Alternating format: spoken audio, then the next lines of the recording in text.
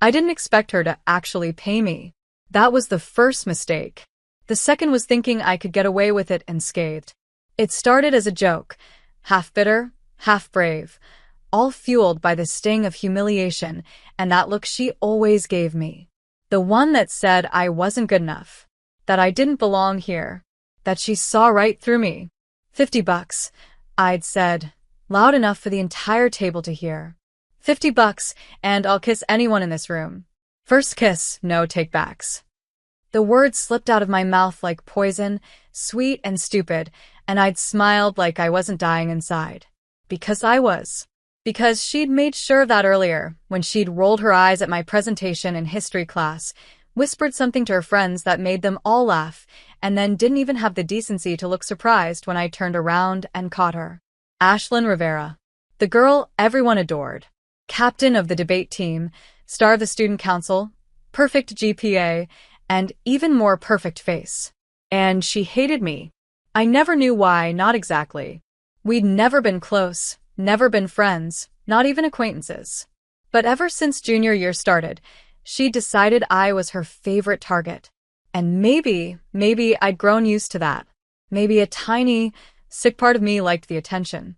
Even if it came with sharp words and colder stares. The cafeteria fell silent when she stood up. Ashlyn. The girl who hated me. The girl who had never, not once, smiled in my direction unless it was cruel. And now she was walking toward me, pulling a crumpled bill from her jacket pocket and placing it slowly, deliberately, on the table.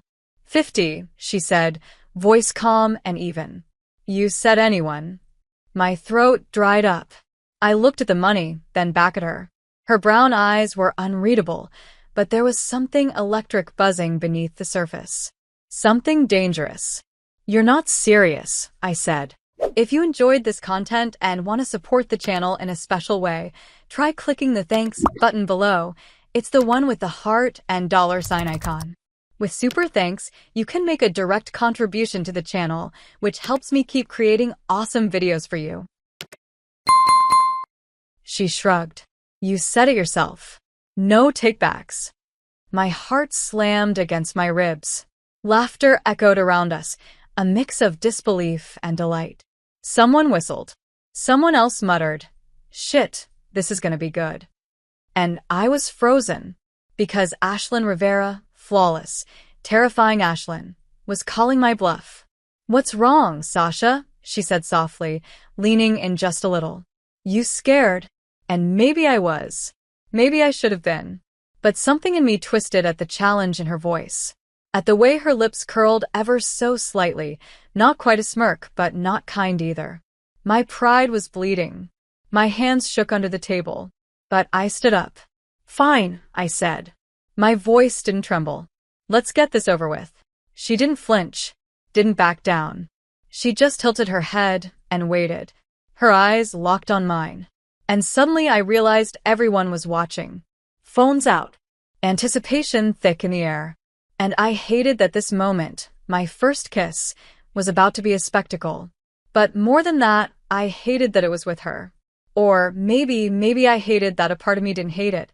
We stood face to face, barely inches apart. I could smell her perfume, something expensive and clean, sharp like citrus and softer like jasmine. My hands were cold. Her breath was warm. And before I could change my mind, I leaned in. Our lips touched. It was supposed to be quick. Just a brush, a formality, a joke. But the second our mouths met, everything stopped. Her fingers caught my wrist. Not hard, just enough to hold me there. Her lips moved, slow, sure, almost curious. And I kissed her back. Without thinking. Without breathing. It wasn't soft. It wasn't gentle. It was electric. A crash of thunder in my chest. She tasted like cinnamon gum and fury. Like heat. Like something I shouldn't want. And then it was over. She pulled back first. Her eyes dark, unreadable. She looked at me for a heartbeat too long, then turned on her heel and walked away. Just like that. No words. No expression. Just silence. The room erupted. Cheers, whistles, gasps. I couldn't hear any of it. My hands were shaking. My lips felt scorched, and I hated that I could still feel her there, that I wanted to taste her again, that my knees felt weak and my stomach had tied itself into knots. Damn, someone said next to me, laughing. Didn't know you had that in you, Sasha. I couldn't answer. Couldn't speak. I stared at the $50 bill still lying on the table, crisp against the plastic. Proof that it hadn't been a dream. That Ashlyn Rivera, who hated me, had paid to kiss me. And worse, I had liked it. I stumbled out of the cafeteria 10 minutes later, my skin buzzing, my thoughts screaming. I needed air. I needed distance. I needed to forget. But as I rounded the corner of the empty hallway, I slammed straight into her. Ashlyn. She caught my elbow, steadied me, and didn't let go. You shouldn't make bets you're not ready to lose, she said quietly. My mouth opened. Closed. Was that why did you? She leaned closer. Her eyes flicked down to my lips. You talk too much. My breath caught. You hate me. Do I? She murmured. And before I could answer, before I could even think, she was gone again, leaving me in the hallway, pulse racing, heart unraveling, and the taste of her kiss burned into my soul. I didn't sleep that night. Every time I closed my eyes, I felt her lips again. I remembered the heat of her breath, the way her fingers had curled around my wrist like she'd done it 1,000 times before, the way she walked away like it had meant nothing, while I stood there, unraveling. My pillows smelled like cinnamon. I didn't even own cinnamon gum. The next morning, I arrived at school 20 minutes early just to avoid seeing her. I told myself it was to get ahead on homework. I told myself it wasn't because I was scared of what would happen if our eyes met again. That was a lie. The halls were mostly empty, just a few tired-looking freshmen and an overachiever or two. I went straight to the library, pretending to read, pretending not to check the door every few seconds like some kind of idiot. I told myself I was fine. But the second she walked in, I forgot how to breathe. She didn't look at me. She didn't even glance in my direction. Just moved past me like I didn't exist, like yesterday never happened. I stared at the page in front of me, the words turning to static. I should have felt relieved. I should have been glad she was ignoring me. Instead, I felt sick, invisible, and I hated that. I hated her. I hated myself more. The bell rang. First period. I had history with her. Of course I did. The second I stepped into the classroom, I felt her. She was already there, sitting at her desk like always, third row, far left, back straight, notebook perfectly aligned. I slid into my seat across the room, trying not to look. Failing. She was dressed in black again. Black jeans, black hoodie, silver rings on her fingers. Her hair was tied up messily, but somehow it still looked intentional. She tapped her pen against her notebook, her lips pressed together in a line. And when our eyes finally met, it wasn't an accident. I froze. Her gaze was steady. Cool. And then she smiled. Barely. But it was there. A flicker. Sharp, knowing, like she could see every thought I didn't want to admit. Like she was daring me to say something. I turned away first. My face was burning. History passed in a blur. I didn't hear a word Mr. Lawson said. I couldn't stop thinking about her mouth. About what that smile meant. About why she hadn't said a single word to me since the kiss, except for that cryptic comment in the hallway that made my brain short-circuit. After class, I practically ran. I made it 2 steps out the door before someone grabbed my wrist. Not hard. Just enough to stop me. You forgot this, she said. Her voice was soft. Dangerous. I turned, and there she was, holding out a folded piece of paper. I took it, my fingers brushing hers. A shock went through me, stupid and real. Her expression didn't change. But her eyes, they flicked down to my lips again. Just for a second. Then she walked away. I waited until I was alone to open the note. My hands shook. It said one word. Locker. Lunch. That was it. No explanation. No threat. Just a command. I stared at it like it might catch fire. What the hell did she want from me? I spent the next few hours spiraling. My thoughts were a mess. Was she going to humiliate me? Confront me? Kiss me again? God, I hope not. God, I hope so. By the time lunch came, my stomach was twisted into knots. I walked to her locker, like I was walking to my execution. She was already there, leaning against the metal like she owned the hallway. When she saw me, she didn't smile, Didn't speak. just unlocked her locker and pulled out a small black box. Here, she said. For yesterday. I blinked. What? She handed it to me. You said first kiss. That kind of thing's supposed to be special, right? So, I opened the box. Inside was a lipstick. Dark red. Matte. Expensive. My breath caught. Why would you give me this? She shrugged. Figured if you're gonna kiss someone next time, you should at least look good doing it. Next time? I asked before I could stop myself. Her eyes darkened. Unless you think $50 was enough to never do it again. My heart stuttered. Wasn't it? She stepped closer. Too close. What do you think? I couldn't answer. My mouth was dry. My fingers clenched around the lipstick. You're messing with me? I whispered. Probably, she said. But that doesn't mean you didn't like it. I hated her. I hated how right she was. She leaned in, her lips barely brushing my ear. Maybe next time, you'll kiss me because you want to. Then she was gone. Again. Leaving me breathless and dizzy and clutching a stupid box of lipstick like it was the most precious thing I owned. The rest of the day passed in a haze. I couldn't focus. Couldn't breathe without remembering her voice in my ear. That night, I stared at the lipstick for an hour before putting it on. Just to see. Just to prove it didn't matter. My reflection looked different. Stronger. Bolder. Like a version of me that knew what she wanted. The next morning, I wore it to school. And the moment Ashlyn saw me, something in her eyes burned. The lipstick should have been harmless. Just a shade. Just a smear of color. But when I walked into school wearing it, I felt like I'd crossed some invisible line I couldn't step back from. Eyes followed me down the hallway.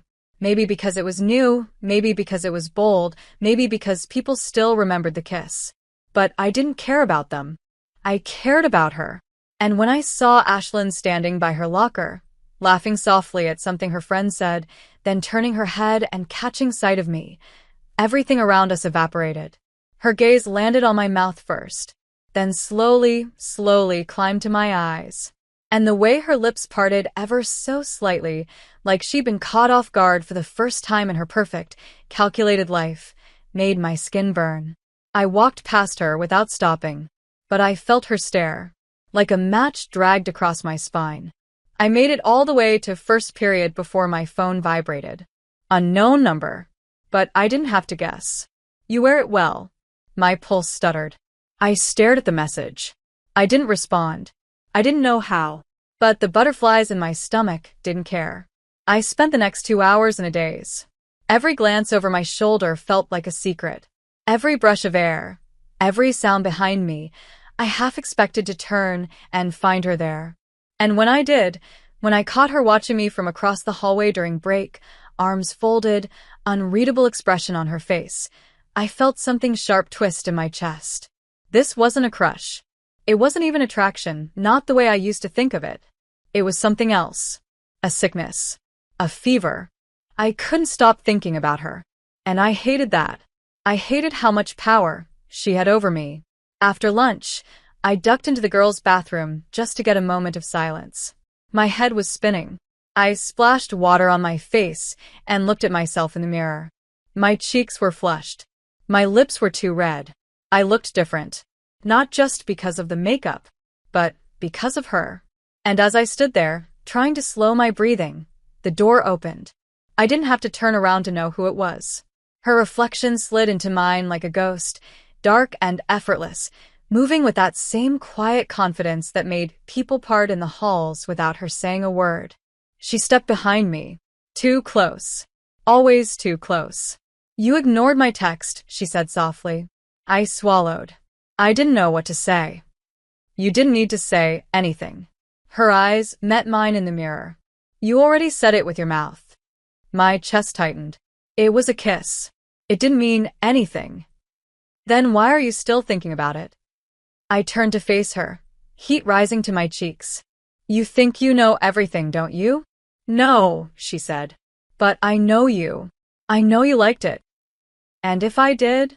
I asked, my voice sharper than I meant it to be. So what? Something flickered across her face. Interest. Triumph. Maybe even something softer, something that scared me more. Then maybe I'm not the only one losing sleep. I stared at her, heart hammering. What do you want from me? I don't know yet, she said. Maybe just this.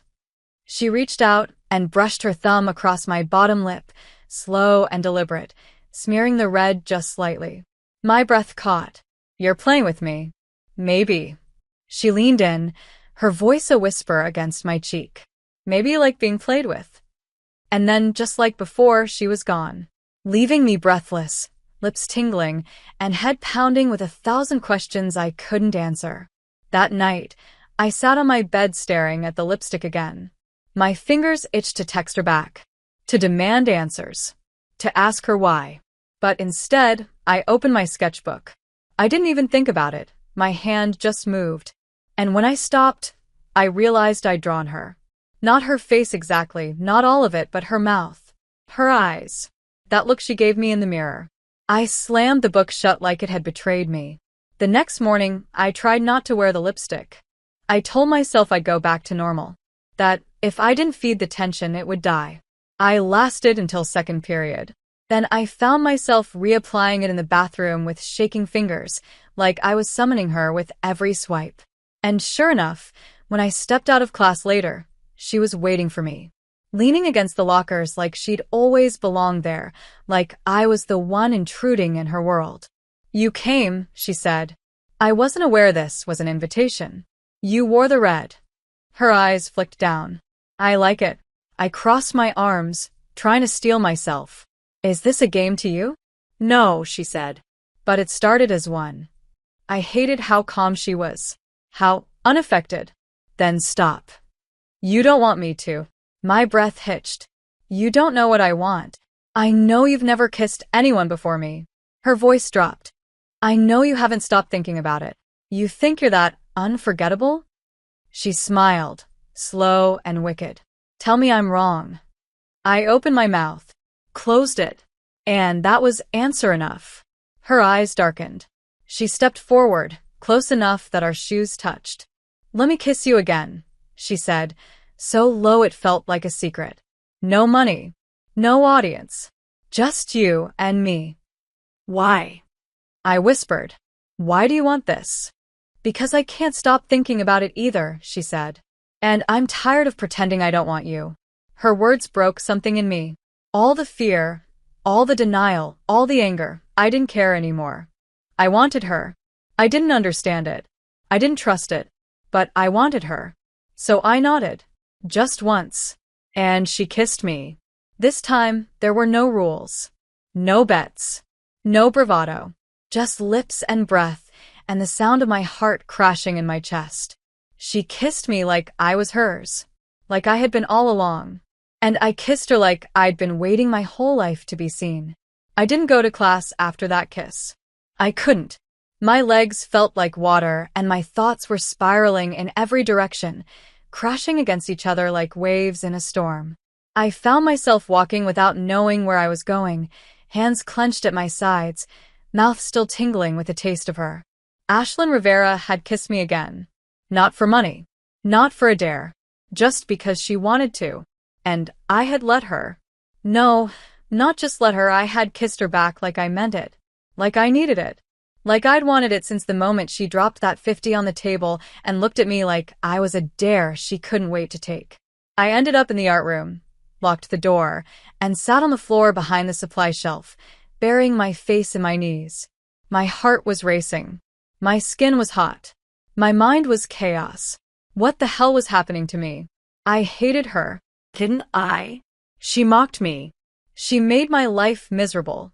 She never smiled unless it was to tear me down. And yet, the way her fingers slid behind my neck, the way her lips moved over mine like she'd memorized them in a dream, the way she didn't laugh after, just looked at me like I was something she didn't expect to want. I couldn't get it out of my head. And the worst part? I didn't want to. My phone buzzed. One new message. Her. You ran. Was it that bad? I stared at the screen. My fingers hovered, hesitating. Then no. It was that good. I didn't wait for a reply. I shut my phone off completely, because admitting that felt like tearing off armor I didn't know I was still wearing. That night, I couldn't sleep. Again. But it wasn't just because of her. It was because I didn't know what this meant. What she wanted. What I wanted. What would happen if people found out?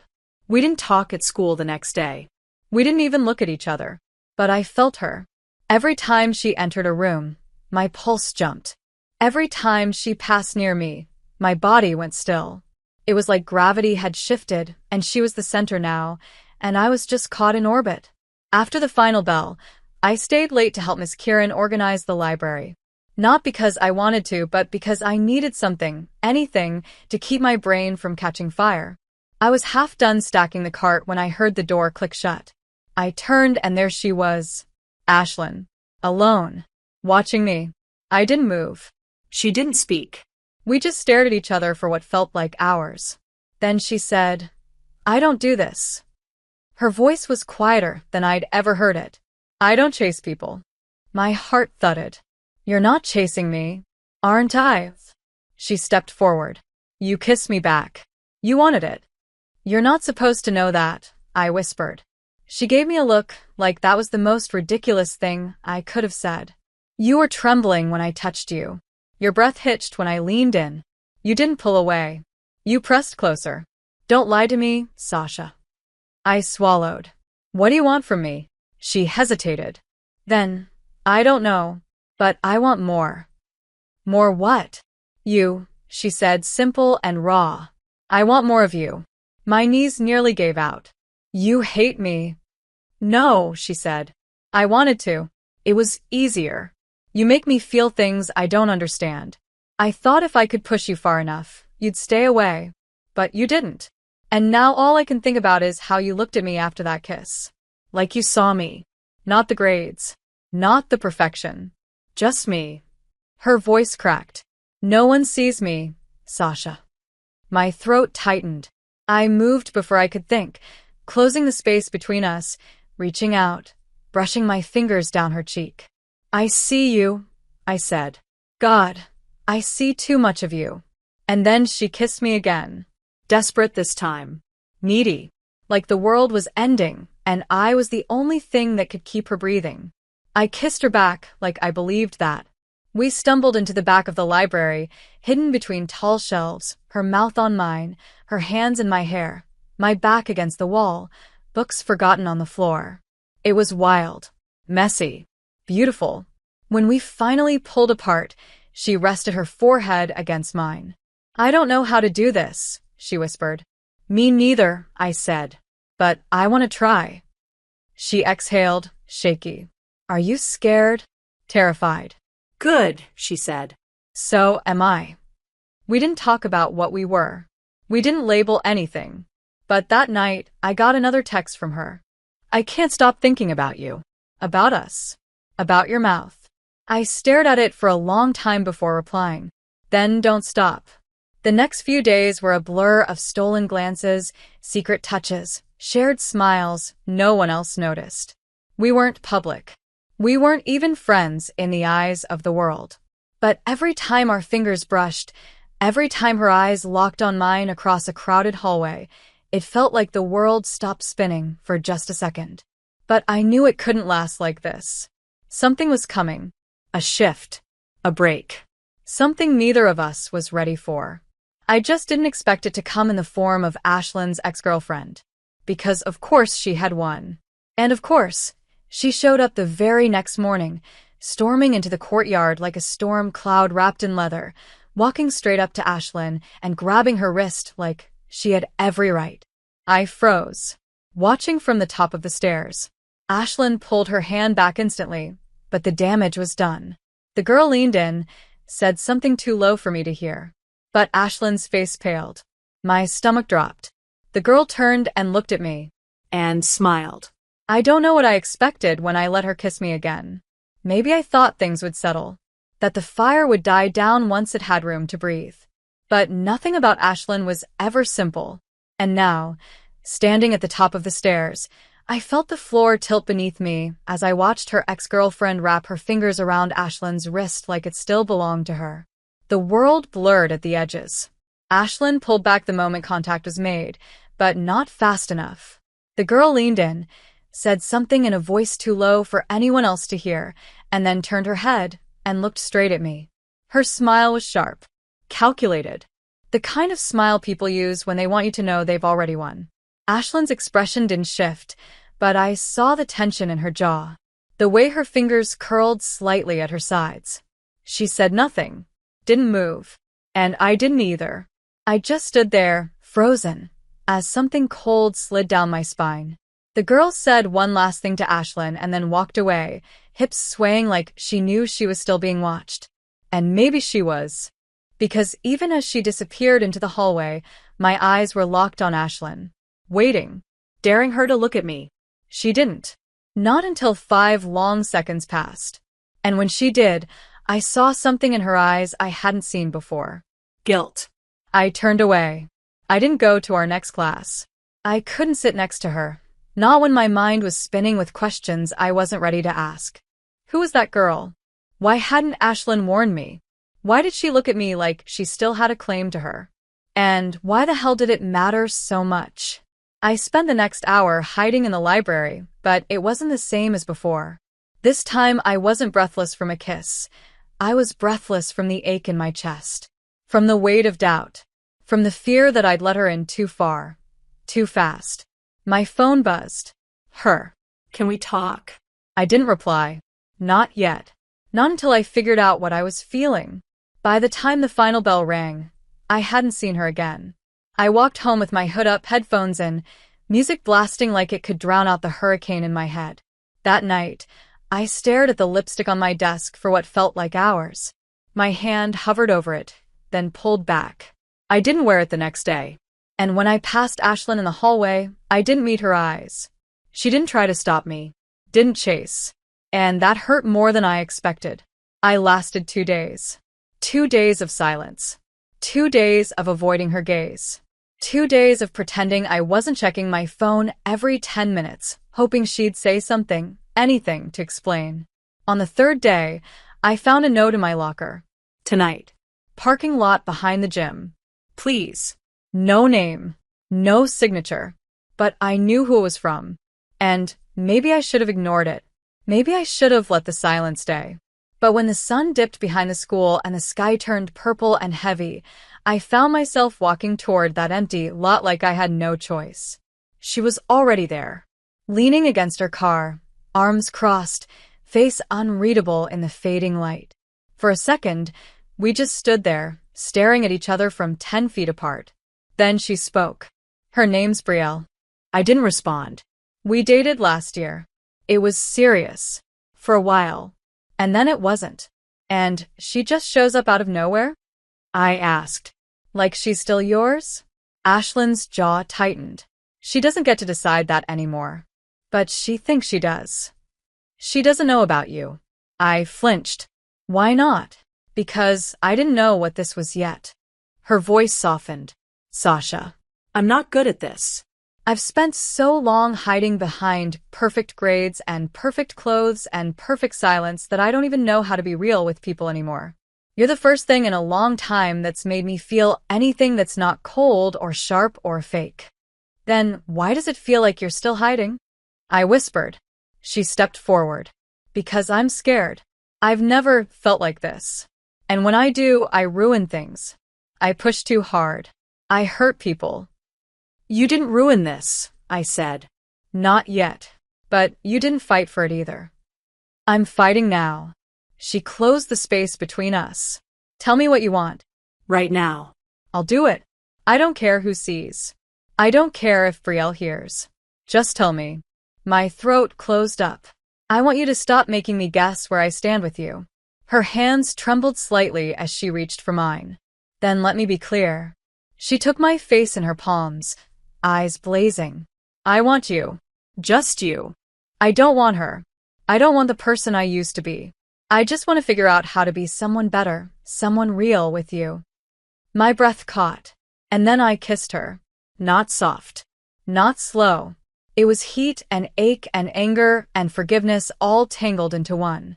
She kissed me back with everything she had, like she needed to prove her words with her mouth, her hands, her body. And I let her, because I needed it too. When we broke apart, her forehead rested against mine. "You scare the hell out of me," she whispered. "You make me feel like I'm not in control anymore." "Good," I said. "Then we're finally even." She laughed softly. "Will you come with me? This weekend. Just us. I know a place. We can get away. Just for a day." I hesitated, then nodded. "Yeah, I want that." And for the first time in days, I saw her smile without armor, without games. Just soft. Just real. Just mine. The silence in the car wasn't awkward. It was thick with everything we weren't saying. The road stretched ahead in long, winding lines of asphalt and light, trees blurring past the windows while music hummed low from the speakers, some indie playlist I didn't recognize, but somehow felt like Ashlyn. She hadn't spoken much since she picked me up that morning, just a quiet, "Hey," and a soft glance like she was trying not to spook whatever fragile thing had started blooming between us.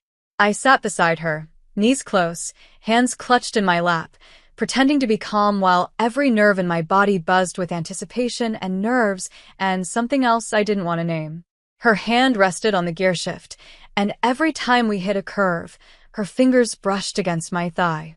She didn't pull away, and neither did I. "It's about 30 minutes out," she said eventually, eyes still on the road. "Private. No one really goes there this time of year." I nodded, voice caught somewhere between my chest and my throat. "Okay.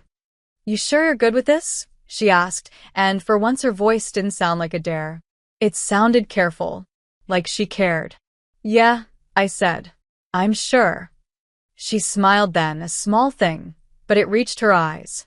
The tension in my shoulders loosened just a little. We didn't talk much after that. We didn't need to. The silence between us wasn't empty, it was charged. Every breath, every look, every brush of skin was loud enough. When we finally pulled off the main road and into a gravel driveway, I saw the cabin. Small, wooden, surrounded by trees and shadows and stillness. The kind of place where no one would find you unless they were looking. Ashlyn stepped out first, walking around to grab our bags from the trunk, and I followed her up the creaking steps. "My parents own it," she said, unlocking the door. "We never come anymore. I figured it'd be ours for the weekend." I didn't ask who else she'd brought here before. I didn't want to know. Inside, it was simple. Warm. One main room with a stone fireplace, a small kitchen, and a couch that looked like it had seen better days. One bedroom. One bed. My stomach twisted, and not from nerves. "There's firewood out back," she said, setting the bags down. "And I brought food. And blankets. And stuff." I turned to look at her. She was fidgeting. Ashlyn Rivera, queen of composure, untouchable and sharp, was fidgeting. "Are you nervous?" I asked before I could stop myself. Her eyes flicked up to mine. "A little. You make me nervous." "Why?"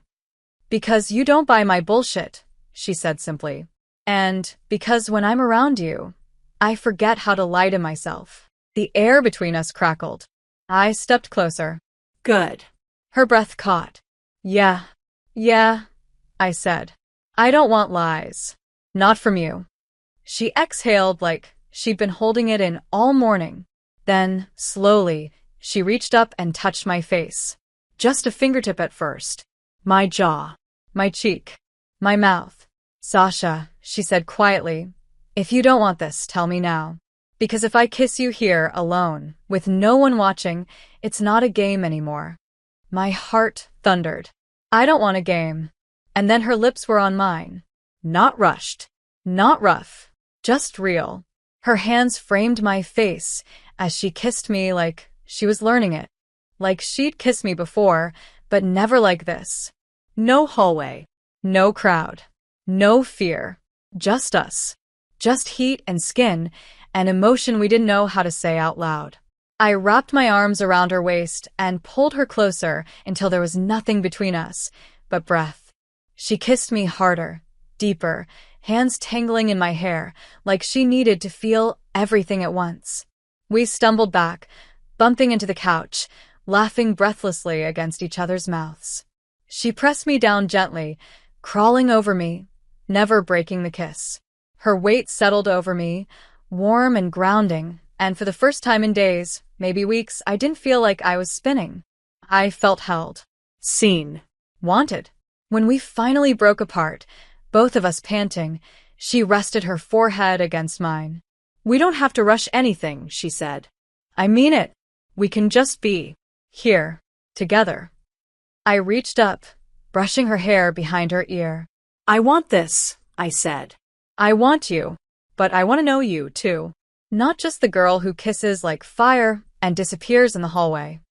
Her throat bobbed. Then ask me anything. Okay, I said. Why did you hate me? She flinched. Not dramatically, but enough. I didn't, she whispered. I hated how you made me feel. I hated that you were smart and funny and didn't care about fitting in. You walked into every room like you had nothing to prove, and I've spent my entire life trying to prove something. I wanted to be near you and push you away at the same time. And when I saw you that day at lunch, smiling like nothing could touch you, I just snapped. So you kissed me, I said, lips twitching. I paid you, she corrected. That makes it worse, I laughed. It makes it honest, she said. I didn't know how else to get your attention. You had it, I said. You've always had it. Her eyes softened. I know that now. We spent the rest of the day wrapped in silence and warmth and softness. We cooked dinner together, burned the pasta, laughed about it. Ate it anyway. She showed me old books on the shelves, told me stories about summers spent here as a kid. I listened. I asked questions. She let me in. Later, as the fire crackled in the hearth and the sky outside turned black, we curled up on the couch under a blanket, her arms around me, my head on her chest. Her fingers traced circles on my back. I want this, she whispered. I want you. But I need you to know. I'm going to mess up sometimes. I'm going to get scared. Me too, I said. But we'll figure it out. Yeah, I breathed. As long as we stop pretending we don't care. I care so much it hurts, she said into my hair. And that night, in that tiny cabin with no one watching, Ashlyn Rivera held me like she was terrified to let go. And I let her. Because for the first time since that $50 kiss, I wasn't afraid anymore. Monday felt wrong from the moment I woke up. Maybe it was the way the light filtered through my curtains, too bright, too harsh. Maybe it was the silence in my room after a weekend of warmth and whispered confessions. Or maybe it was the fact that Ashlyn wasn't beside me anymore. That the safe, perfect bubble we'd created in that cabin had popped the moment we got back to reality. School didn't feel like school. Every hallway felt louder, every stare heavier. And when I saw Ashlyn standing near her locker, talking to someone I didn't recognize, some tall girl in a tight ponytail with a smirk that didn't look innocent, my stomach dropped. Ashlyn didn't look at me. She laughed at something the girl said, tilted her head in that way she did when she was pretending not to care, and leaned back against the lockers like nothing was different. Like nothing had happened. I stood frozen at the end of the hallway, the sound around me going static. I wanted to believe it wasn't what it looked like. I wanted to remember the way she held me just 2 nights ago, the way she kissed my shoulder in the dark and whispered she was scared of how much she cared. But that girl wasn't touching her like a stranger. And Ashlyn wasn't exactly pulling away. I didn't realize I was walking toward them until Ashlyn's eyes flicked up and caught mine. Her whole body stilled. For 1 second, just one, her mask cracked. Then the smirk returned. Hey, she said, like we hadn't spent the weekend tangled together. You remember Zoe, right? I didn't. But I nodded anyway. The girl, Zoe, looked me up and down like she was trying to measure how much of a threat I was. So you're the $50 girl, she said, smiling. My heart sank. My jaw tightened. Ashlyn didn't say anything. Just looked away. Didn't think you'd actually fall for it, Zoe added, voice full of something sharp and smug. But then again, Ash always had a thing for strays. I felt heat crawl up my neck. "Excuse me?" "Zoe," Ashlyn warned, but it was too late. I took a step forward, my voice low. "You don't know me." "I don't need to," she said. "Ash and I go way back. Don't we, babe?" Ashlyn didn't respond. My chest ached. I turned to her. "Say something." Her eyes met mine, and for a second I saw the fear she was trying to hide. But she didn't speak. She didn't move. She just let the silence stretch until I felt it cut. I stepped back. "Numb." "Right," I whispered. "Got it." I turned and walked away before she could see my face break. I didn't go to class. I didn't eat lunch. I sat behind the auditorium, knees pulled to my chest, fingers clenched around the edges of my jacket. The cold air stung, but not as much as the thought that maybe I'd been wrong. That maybe she'd meant it in the cabin, but not enough to fight for it out here. Not in front of people. Not when it counted. My phone buzzed an hour later. "Please don't shut me out." I stared at it. Then another. I panicked. I didn't know she'd say that. And another. "You said you didn't want lies." I didn't lie. I just froze. I wanted to reply. I wanted to scream. But I couldn't do either. I powered the phone off. She didn't come after me that day. Or the next. It was like we were back at the beginning, only worse. Because now I knew what she tasted like when she moaned my name. I knew what her heartbeat felt like under my palm. I knew the softness beneath the steel. And now I had to pretend none of it mattered. The third day, I found a letter in my locker. Not a text. Not a note. A full page, handwritten, folded in half with my name on it. I almost didn't open it. But curiosity won. And when I read the first line, my heart cracked wide open. "I don't know how to be what you need, but I want to learn."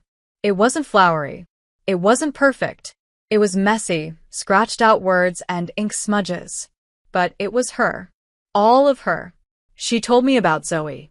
About how they'd hooked up a few times when she was lonely, and how Zoe never wanted more, never cared deeper, just liked to say she did. She said seeing me in the hallway, watching that look on my face, made her realize how much damage silence could do.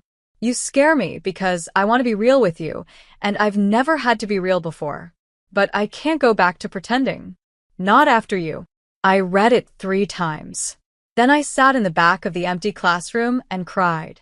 Quietly. Angry at myself for caring so much. Angry at her for making me care. Angry at how much I wanted to forgive her. That night, I put the lipstick back on. I didn't wear it to punish her. I wore it to remind myself who I was before she touched me. And the next morning, when I walked into school with my head high and my mouth painted like blood, I knew she saw it. Her breath hitched when she passed me. Her eyes dropped to my lips, then back to mine. And this time, I didn't look away. I kept walking. But later, at the end of the day, she found me, pulled me into the empty stairwell, slammed the door shut behind us. "You looked at me like I was nothing," she said, voice shaking. "You let her make me feel like nothing," I shot back. "I know," she said. "I know I messed up. But you're not nothing. You never were. You're everything. And that scares the hell out of me." "Then be scared," I said, stepping toward her. "But don't hide behind it." Her hands trembled as she cupped my face. "I missed you. I didn't go anywhere." "But I did," she whispered. "And I'm sorry. For all of it." I wanted to stay angry. I wanted to make her work for it. But when she kissed me, slow, aching, honest, I melted into her like I always did. Because no one made me feel like she did. And maybe that was dangerous. But maybe that's what love was supposed to be. We didn't talk much after the stairwell. Not because there was nothing to say, but because sometimes silence says more than apologies ever could. She held my hand for the first time in public, the next morning. No warning, no theatrics, just reached for it in the middle of the hallway, laced our fingers together, and kept walking like it was the most natural thing in the world. My heart stopped, then stuttered back to life with a rhythm I'd never felt before. People stared. Whispers chased us like shadows. But she didn't let go. And neither did I. I waited for the questions, the comments, the looks. I waited for someone to laugh, or worse, pity me, but it never came. Just a buzz of curiosity and the silent echo of everyone realizing that whatever game Ashlyn Rivera had started, she wasn't playing anymore. We sat together at lunch. At first, the table was awkward. Her friends, who'd never acknowledged me before, pretended not to notice the shift. But Ashlyn didn't pretend. She sat close enough that her knee pressed against mine, her arm brushing mine every time she reached for something. Every time she looked at me, I forgot how to breathe.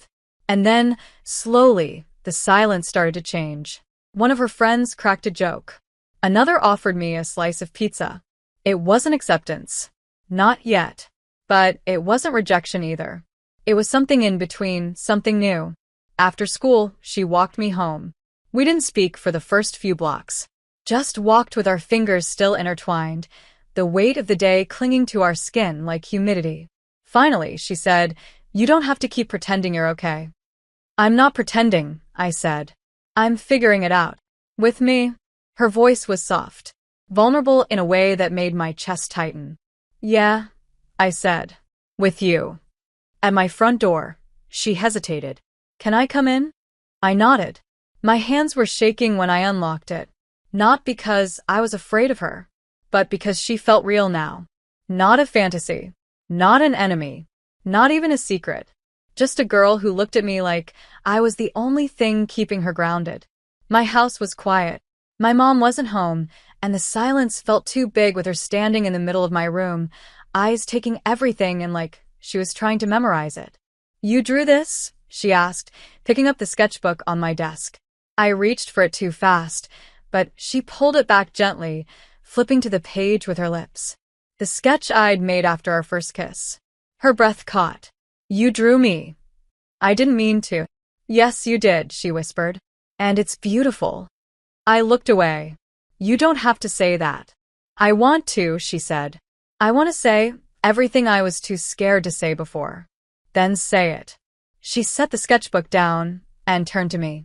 "I think about you all the time. Not just the kisses. Not just the way you look in red. I think about how you speak like you're not afraid of being heard. I think about how you made me feel seen the first time you ever looked at me like I wasn't just some perfect little machine. I think about how you make me want to be better." My throat closed up. "Why me?" "Because you challenge me. Because you're the only person I can't intimidate. Because you looked at me and saw past all the noise. Because even when I pushed you away, you still stood your ground.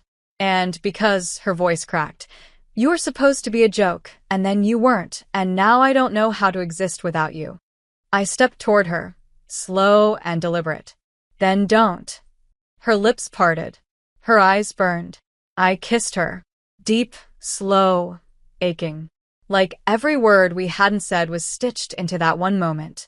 She kissed me back with her whole body, hands in my hair, chest pressed to mine, breath pouring into me like she didn't know where she ended and I began. We fell onto the bed in a tangle of limbs and laughter and nerves. She hovered over me, eyes searching. "Is this okay?" "Yes," I breathed. "Are you sure?" "Ashlyn," I whispered. "I've never been more sure of anything." She kissed me like a promise then. Slow, worshipful. Every touch was a confession, every breath a surrender. We moved together in sync, exploring without fear, without shame, like we were writing a language only we could understand. And when it was over, when we lay tangled in sheets and silence, her hand resting on my stomach, her breath warm against my shoulder, I realized I never felt this full. This whole. "I'm not going to hide you anymore," she said softly. "I don't want to be a secret," I whispered. "You're not. Not to me. Not ever again." I turned to face her, eyes stinging. "Do you mean that?" "I want to hold your hand in the hallways," she said. "I want to kiss you after class. I want people to know that you're the one I want to come home to. Even when it's hard. Even when it scares me." My fingers traced the line of her collarbone. "Then do it." Her eyes locked on mine. "I'm in this, Sasha. All the way." I kissed her once more, soft and slow, heart thudding like a drum. "Then so am I." The first time she kissed me in public, really kissed me, not just a glance, not a brush, but a kiss full of ownership and emotion, and everything we tried to keep hidden was in the middle of the quad. The sun was blinding, the crowd loud, and we were supposed to be invisible like always. But Ashlyn grabbed my hand and didn't let go. She pulled me close, right in front of everyone, and kissed me like it was a vow. And the world didn't end. It paused. Then it erupted. People stared. Some whispered. Some gawked. Some smiled. And some didn't even blink. But no one said a word that could reach me through the blood pounding in my ears. Her fingers were still tangled in mine when she pulled back. Her mouth was pink and breathless, her eyes on fire. Mine, she whispered so only I could hear. I smiled. Yours. For the rest of the day, the hallways weren't quiet. The looks came first, then the questions, then the comments that were too loud to be accidents. We were the topic, the story, and part of me hated it, the way people dissected us with their eyes, like we were entertainment. But another part of me, the part that still remembered hiding in stairwells and behind locker doors, felt a sharp, impossible pride. We weren't hiding anymore. And then came the pushback. It started with a rumor that I'd seduced her, that I'd blackmailed her, that it was all a phase, a stunt, a cry for attention. Then it spread like wildfire. People who'd never spoken to me before suddenly had opinions. Whispers followed me into the girls' bathroom, behind corners, into classes. $50, right? Someone muttered behind me in gym. She really got her money's worth. I turned, but the voice was already gone. And when I got to my locker, the bill was there, taped across the metal. A 50, crisp, deliberate, like a slap to the face. My throat burned. My chest tightened. I ripped it down and crushed it in my fist. When I turned, she was already there. Ashlyn. Her eyes scanned my face, and when she saw the crumpled bill in my hand, her jaw locked. Who did it? She asked, low and dangerous. Does it matter? It does to me. You think I care what they say? I said, even though I did. Even though it hurt. I care, she said. I care when they try to reduce you to a joke. I was a joke. That's how this started, remember? She flinched. That's not what this is anymore. Then tell them that. I have, she said, stepping closer. I'm still standing here, aren't I? My shoulders sagged. I didn't want to fight her. I wanted to curl into her chest and pretend the world didn't exist. But we didn't have that luxury anymore. I'm tired, I whispered. I know, she said. Me too. That night, she climbed through my bedroom window at midnight. I was half asleep, the city quiet around me, when I heard the soft knock on the glass. And then she was there, windblown, barefaced, beautiful. I couldn't sleep, she said. Me neither. She didn't ask. She just crawled into my bed and wrapped herself around me like she'd done it 100 times before. Her face pressed into my neck, her breath warm and steady. They're going to keep talking, she said quietly. Let them. You sure? I turned to face her. No. But I'm not giving up on this. Neither am I. Her lips brushed mine. Gentle. Grounding. I'll fight for you, she said. Even if I have to fight everyone else first. I believed her. I wanted to believe her so badly it hurt. But the next morning, it all cracked again. Her parents. That was the part one hadn't considered. We were walking across the parking lot when I saw the car. Sleek. Familiar. Parked where it shouldn't be. Ashlyn's steps slowed. Her hand slipped from mine. Ash, I asked. Her face had gone pale. What's wrong? She didn't answer. The driver's side door opened, and out stepped a woman who looked like the colder, older version of Ashlyn. Lips tight, posture rigid, expensive heels clicking against the pavement like accusations. Ashlyn, she said, voice sharp enough to slice bone. Get in the car. Mom, I stood frozen. Ashlyn turned to me, panic in her eyes. I'll call you, she whispered. Then she was gone. Just like that. No kiss. No promise. No fight. The door slammed. The car pulled away. And I was left standing in the middle of the parking lot, feeling like someone had just ripped the sun out of the sky. Hours passed. No message. No call. I texted. Once. Then again. No answer. I didn't sleep that night. Or the next. And on the third day, when she still hadn't shown up to school, I broke. I skipped last period, ran all the way to her house. I'd never been there before, but I knew the address. Everyone knew the Riveras. I stood outside the tall, pristine gate, buzzing the intercom like a madwoman. Ashlyn, I yelled. Please. Nothing. It's me. Static. Silence. Please don't disappear. Then finally click. The gate opened. I walked up the driveway with trembling legs, heart threatening to collapse in my chest. The front door opened before I knocked. And there she was. Ashlyn. Red-eyed. Silent. She pulled me inside and slammed the door. Then she kissed me like she was starving. Like she'd been holding her breath since the moment she let go. I'm sorry, she breathed. They took my phone. They told me. Told you what? That I had to stop. That this would ruin everything. And do you believe them? Her eyes burned. No. Because I already had everything. And it was you. I pulled her close, arms tight. Then let's ruin it together. Her laugh cracked on a sob.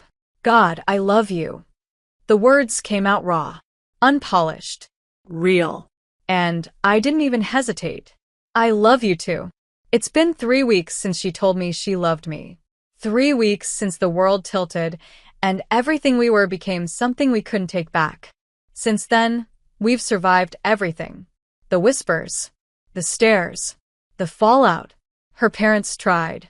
They yelled, they threatened, they offered her silence in exchange for obedience. And she didn't bend. She showed up at school every day with her hand in mine. She kissed me in the hallway, on the stairs, in front of the cafeteria. She stopped hiding. And slowly, the world got quiet. Not silent, not safe, but quiet enough that we could breathe. Enough that we could laugh in public, that we could eat lunch without bracing for impact. Enough that people stopped looking at us like we were a scandal and started looking like they were curious. Maybe even jealous. Because we had something real. And real doesn't go unnoticed. Zoe tried one last time. Cornered me by the vending machines, her voice all sugar and venom. You really think you're permanent? You're not the first girl she's tangled up with. I didn't even flinch. I just looked her straight in the eye and smiled. No, I said. But I'm the one she's still tangled with. And that's what scares you, isn't it? She didn't bother replying. Just walked away. That was the last I saw of her. But the ghosts didn't leave. Not right away. They lingered in the corners, in the little cracks of silence between us. In the way Ashlyn sometimes stared at her reflection too long. In the way I sometimes wondered if I was enough. But the difference now was we talked about it. We fought for it. And little by little, those cracks became something stronger. Something real. Something unbreakable. And now it's prom night. I didn't want to go at first. Too many eyes. Too much pressure. Too much of the old world pressing up against the new one we'd built. But Ashlyn wanted it. Not the dress, not the spotlight. Just one stupid, glitter-covered night where we could dance like we weren't scared anymore. I said yes. For her. For us. When she showed up at my door, I forgot how to breathe. Her dress was black. Classic. Elegant. But her eyes were the part that undid me. She looked at me like I was the only thing in the universe worth looking at. You're staring, I said. So are you. I can't help it. Good, she whispered. Neither can I. At prom, people watched us walk in. Of course they did. Ashlyn Rivera in heels and eyeliner, holding my hand like it had always belonged to her. Me, in red, the exact shade of that lipstick. A full circle. A warning. A promise. We danced. Not just once. All night. Her hands on my hips, mine tangled in her hair, our bodies close enough that the music didn't matter.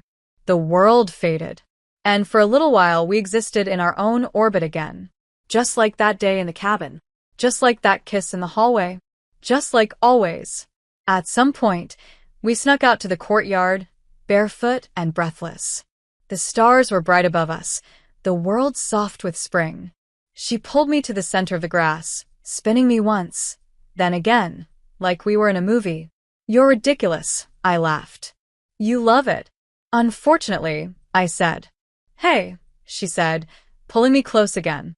"Remember the first time we kissed?" "Which one? The $50 one, or the one that ruined me?" Her grin was slow. Dangerous. They were the same. They weren't. "No," she agreed. "Because this one," she said, leaning in, lips brushing mine, "is the one that saved me." I kissed her hard. Deep. Final. Like I could taste forever. And when we pulled back, the stars above us didn't look so far anymore. "You know," she whispered, "I never told you what I did with that 50. "What?" I asked. She reached into her clutch and pulled out a tiny, folded receipt. "I never spent it. I had it framed. Want to see?" I stared at her. "You're joking." "Nope. That's so dramatic," says the girl who wore blood-red lipstick to prom. Says the girl who gave it to me. She leaned in. "I gave you more than that." "I know," I whispered. "I have all of you now." "Forever?" she asked. "Forever," I said. "No refunds? Not even for $50? I laughed, pushing her shoulder gently. "You got your money's worth." She kissed me again. Slower this time. Sweeter. Like she knew there was no going back. And there wasn't. Because this was our ending. Not tragic. Not hidden. Not perfect. But ours. A girl sold her first kiss for $50 and accidentally bought herself the kind of love people write songs about. Thank you so much for your support, whether it's by liking, commenting, sharing, or sending your super thanks. You make all the difference here on the channel. See you in the next video.